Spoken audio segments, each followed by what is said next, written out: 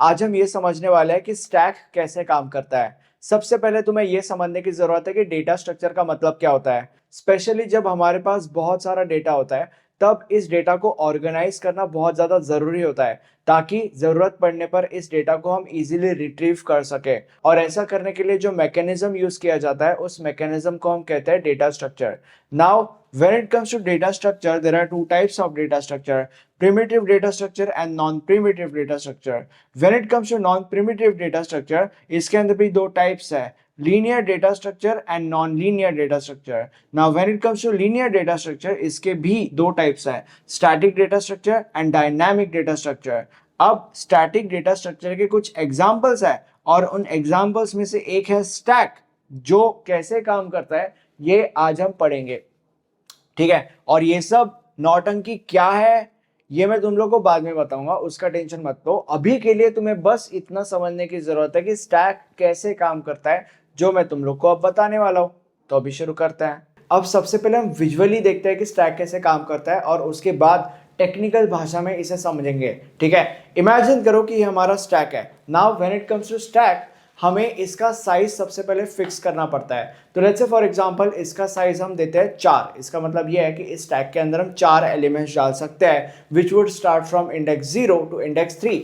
0 1 2 and 3, 4 elements, right. अब इस stack के अंदर हम एक एक एलिमेंट डालना चालू कर देते हैं। तो सबसे पहले हम इसके अंदर एक वाइट कलर का बॉल डालते हैं, which is our first element. Colours के ऊपर ध्यान देना, ये व्हाइट कलर का बॉल है। तो सबसे पहले हमने इसके अंदर व्हाइट कलर का बॉल डाला, राइट। इसके बाद हम इसके अंदर दूसरा एलिमेंट डालते हैं, विच इज ग्रीन कलर का बॉल। ठीक है, तो व्हाइट कलर के बॉल के ऊपर हमने ग्रीन कलर का बॉल डाला, ठीक है, which is the second element. अब एज अ थर्ड एलिमेंट हम इसके ऊपर रेड कलर का बॉल डालते हैं। अब एज अ थर्ड एलिमेंट इसके अंदर हम रेड कलर का बॉल डालते हैं। तो ये रेड कलर का एलिमेंट यानी कि रेड कलर का बॉल हमने इसके ऊपर डाला, मतलब ग्रीन कलर के बॉल के ऊपर, राइट। अब as a fourth and the last element हम ब्लैक कलर का बॉल इसके अंदर डालते हैं। ठीक है, तो इसके अंदर हमने ब्लैक कलर का बॉल डाला। अब इसके अंदर ये जो 4 बॉल्स है वो इस ऑर्डर में, सबसे पहले हमने व्हाइट डाला था, उसके बाद ग्रीन डाला था, उसके बाद रेड डाला था और आखिरी में ब्लैक डाला था, राइट। इस ऑर्डर में इसके अंदर बॉल्स है। अब क्योंकि स्टैक का साइज 4 है, जिसका मतलब यह है कि इसके अंदर हम 4 ही एलिमेंट्स डाल सकते हैं और उसके अंदर हमने 4 एलिमेंट्स डाल दिए, इसलिए अब स्टैक फुल हो चुका है। इसीलिए अब हम इसके अंदर और एलिमेंट्स नहीं डाल सकते। अगर हमने डालने की कोशिश करी तो हमें एरर आएगा, विच विल स्टैक ओवरफ्लो। ठीक है, अब क्योंकि हम और एलिमेंट्स इसके अंदर नहीं डाल सकते तो अब हम इसके अंदर से एलिमेंट्स धीरे धीरे निकालना चालू करते हैं। तो सबसे पहले हम एक एलिमेंट निकालने का ऑर्डर देते हैं। अब ऑर्डर कैसे देते हैं वो अलग चीज है, वो मैं तुम लोग को बाद में बताऊंगा, बट अभी के लिए मान लेते हैं कि हम एलिमेंट निकालने का ऑर्डर देते हैं। ठीक है, तो जब हम एलिमेंट इसके अंदर से निकालने का ऑर्डर देते हैं तो जो सबसे ऊपर का एलिमेंट है विच इज ब्लैक वो निकल जाएगा। ठीक है, तो जो सबसे ऊपर का एलिमेंट है विच इज ब्लैक वो निकल गया। अब इसके अंदर 3 एलिमेंट्स बचे हैं, हम फिर से एक बार एलिमेंट निकालने का ऑर्डर देते हैं। तो अगेन अब ब्लैक तो निकल गया, अब जो सबसे ऊपर का एलिमेंट है वो निकल जाएगा। अब ब्लैक निकल गया तो अब कौन सा सबसे ऊपर का एलिमेंट है? रेड, तो वो निकल जाएगा। आई होप तुम लोग को रेड कलर दिखाई दे रहा है। तो रेड कलर का बॉल निकल गया।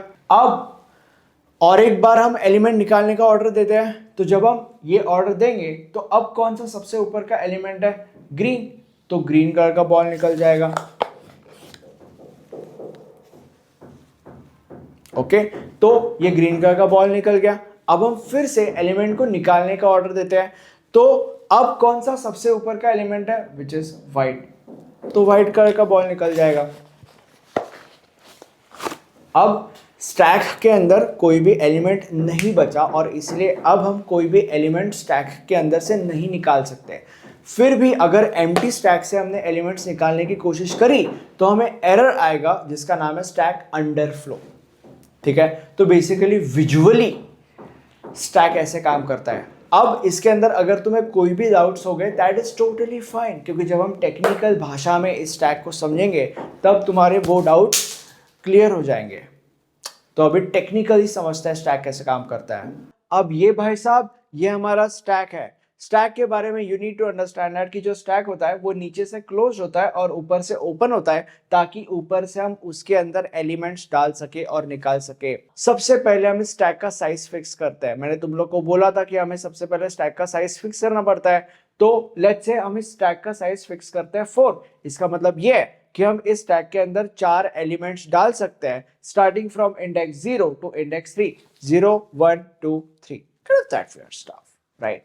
अब स्टैक का साइज फिक्स हो गया। You need to understand that कि when it comes to stack, there is an element called as top. अब इस top की जो वैल्यू है वो -1 होती है, या तुम ऐसे कह सकते हो कि जब स्टैक हमारा एम्प्टी होता है, मतलब स्टैक के अंदर जब कोई भी एलिमेंट नहीं होता, तब टॉप की वैल्यू -1 होती है। और जैसे जैसे स्टैक के अंदर एक एक एलिमेंट हम डालते हैं, वैसे वैसे टॉप की वैल्यू एक एक एक एक से बढ़ती है। और जब जब या जैसे जैसे हम स्टैक से एक एक एलिमेंट निकालते हैं, तब टॉप की वैल्यू एक एक से माइनस होती है। अब इसका एक्चुअल रिप्रेजेंटेशन मैं तुम लोग को बताऊंगा बाद में, उसका टेंशन मत लो, टेक अ चिल पिल। तो अभी के लिए तुम्हें यह समझने की जरूरत है। Now when it comes to stack, you need to understand that कि इसके अंदर 2 ऑपरेशंस होते हैं, पुश एंड पॉप। जब हम स्टैक के अंदर एलिमेंट्स डालना चाहते हैं, तब जिस ऑपरेशन का इस्तेमाल हमें करना पड़ता है उस ऑपरेशन का नाम है पुश। और जब हमें स्टैक से एलिमेंट्स बाहर निकालने होते हैं, तब जिस ऑपरेशन का इस्तेमाल हमें करना पड़ता है उस ऑपरेशन का नाम है पॉप, राइट? तो अब हम स्टैक को स्टैक के अंदर एलिमेंट्स डाल के उन्हें बाहर निकालना चालू कर देता है, ठीक है? तो अभी शुरू करते हैं। तो ये हमारा स्टैक है, जैसे कि मैंने तुम लोग को बोला था। मान लेते हैं इसके अंदर हमें एलिमेंट डालना है, मान लेते हैं इसके अंदर हमें 30 ये नंबर डालना है। तो जैसे कि मैंने बोला कि अगर स्टैक के अंदर हमें कुछ डालना है तो उसके लिए जो ऑपरेशन हम यूज करते हैं उस ऑपरेशन का नाम है पुश। तो 30 हमें डालना है, तो इसलिए हम यहाँ पे लिखेंगे पुश और 30, ठीक है? तो 30 हमने इसके अंदर डाला है, तो 30 ऐसे जाएगा और नीचे आके बैठ जाएगा। सिंपल। मैंने तुम लोग को क्या बोला था? मैंने तुम लोग को ये बोला था कि जैसे जैसे हम एक एक एलिमेंट स्टैक के अंदर डालते हैं, वैसे वैसे टॉप का जो वैल्यू है वो एक एक से बढ़ता है। तो क्योंकि हमने एक एलिमेंट डाला है, इसीलिए नाउ टॉप का वैल्यू इज नॉट -1, टॉप का value is now -1 + 1, that is 0, शून्य। अब मान लेते हैं कि हमें स्टैक के अंदर और एक वैल्यू डालना है। मान लेते हैं हमें 39 ये वैल्यू स्टैक के अंदर डालना है, तो हम लिखेंगे पुश 39। तो 39 ऐसे जाएगा और इधर आके बैठ जाएगा, सिंपल एज दैट। अब क्योंकि हमने एक एलिमेंट स्टैक के अंदर डाला है, इसीलिए टॉप का जो वैल्यू है वो एक से फिर से बढ़ेगा। तो नाउ टॉप का value is not 0, now top का वैल्यू इज 0 + 1, दैट इज 1।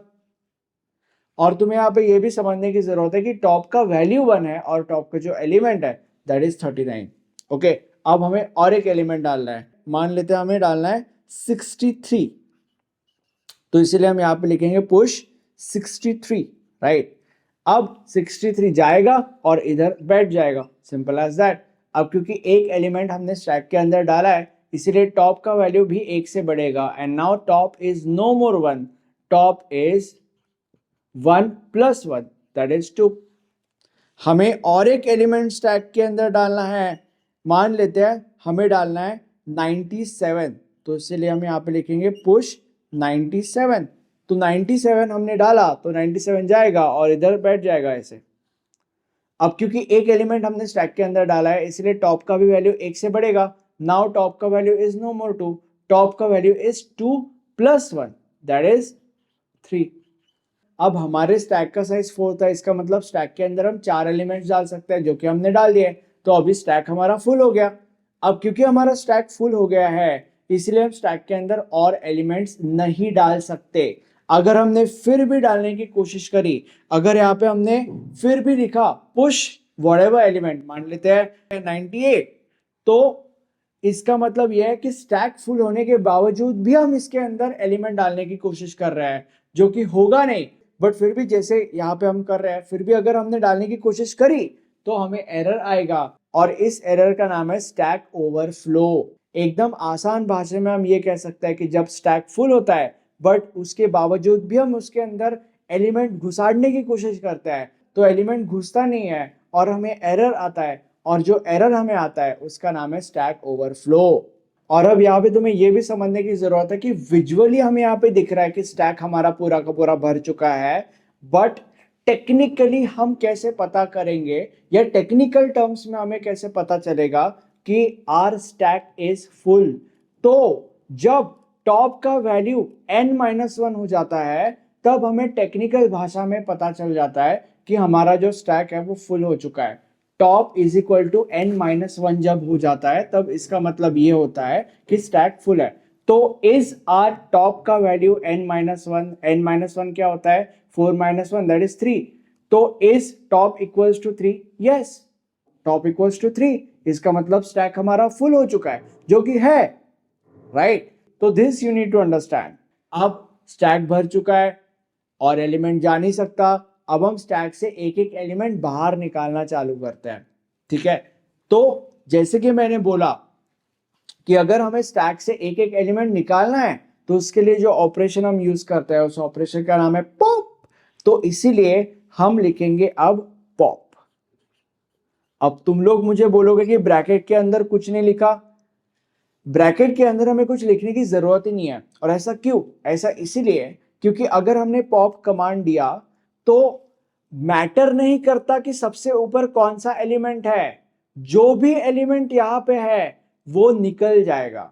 फर्क नहीं पड़ता कि यहां पे कौन सा एलिमेंट है, और क्योंकि फर्क नहीं पड़ता कि यहां पे कौन सा एलिमेंट है, जो भी एलिमेंट है वो निकल जाएगा। इसलिए यहां पे भी हमें कोई भी एलिमेंट लिखने की जरूरत नहीं है, गरज नहीं आए, ठीक है?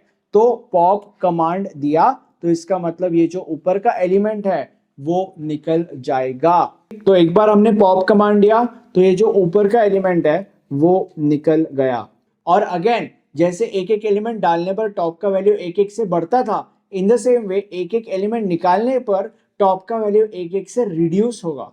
तो एक एलिमेंट निकाल दिया तो अभी टॉप का वैल्यू भी एक एक से रिड्यूस होगा। नाउ द टॉप का value is no more 3, top का value is 3-1 that is 2। Now top का वैल्यू इज 2 एंड टॉप का एलिमेंट इज 63। अब हमें और एक एलिमेंट निकालना है तो यहां पे हम लिखेंगे पॉप। जो सबसे ऊपर का एलिमेंट है वो पॉप हो जाएगा, वो निकल जाएगा, ठीक है? तो एलिमेंट निकल गया। अब अगेन एलिमेंट निकल गया तो टॉप का भी वैल्यू एक से डिक्रीज हो जाएगा। सो नाउ टॉप का वैल्यू इज नॉट 2, टॉप का value is 2-1 that is 1। Again मान लेते हैं हमें फिर से एक बार एलिमेंट निकालना है तो हम यहां पे लिखेंगे पॉप।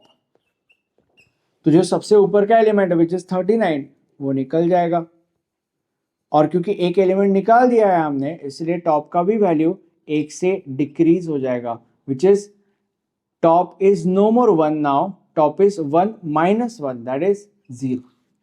तो now top का वैल्यू 0 एंड टॉप का एलिमेंट इज 30। अब मान लेते हैं फिर से एक बार हमें निकालना है एलिमेंट तो हम लिखेंगे पॉप, ठीक है? अब जो सबसे ऊपर का एलिमेंट है विच इज 30 वो निकल जाएगा, और क्योंकि एक एलिमेंट हमने निकाला है इसलिए जो टॉप का वैल्यू है वो भी एक से डिक्रीज हो जाएगा, that is top is equal to 0-1 that is -1। अब हम यहाँ पे पॉप नहीं लिख सकते क्योंकि हमारा स्टैक खाली है। जब पॉप का मतलब होता है स्टैक से एलिमेंट निकालना, बट अगर स्टैक के अंदर कोई एलिमेंट ही नहीं है तो स्टैक के अंदर से हम कोई एलिमेंट कैसे निकाल सकते हैं? नहीं निकाल सकते, राइट? इसलिए हम यहाँ पे पॉप नहीं लिख सकते, या पॉप लिखकर हम इसके अंदर का एलिमेंट अब निकालने की कोशिश नहीं कर सकते क्योंकि इसके अंदर कोई एलिमेंट ही नहीं बचा है। बट फिर भी अगर हमने ऐसा किया तो हमें एरर मिलेगा, और इस एरर का नाम है स्टैक अंडरफ्लो, ओके? और तुम्हें और एक चीज समझने की जरूरत है, जब ये पूरा का पूरा स्टैक एम्प्टी होता है तब टॉप का वैल्यू होता है -1। स्टार्टिंग में भी जब टॉप का वैल्यू -1 था तब स्टैक पूरा का पूरा एम्प्टी ही था, ठीक है? तो basically push, pop, top, stack ये होता है। अब स्टार्टिंग में मैंने तुम लोग को बोला था कि ये जो पूरी की पूरी नौटंकी मैंने यहाँ पे पेली है, ये क्या है ये मैं तुम लोग को बाद में बताऊंगा। तो इसके ऊपर हमने एक सेपरेट लेक्चर बनाया है जिसका नाम है टाइप्स ऑफ डेटा स्ट्रक्चर। उसके अंदर ये पूरी की पूरी जो नौटंकी मैंने यहाँ पे पेली है वो एक्सप्लेन करी है, तो आप वो लेक्चर देख सकते हो अगर एग्जाम में फेल नहीं होना है तो, क्योंकि 80% चांसेस है कि एग्जाम में इसके ऊपर एक क्वेश्चन आए।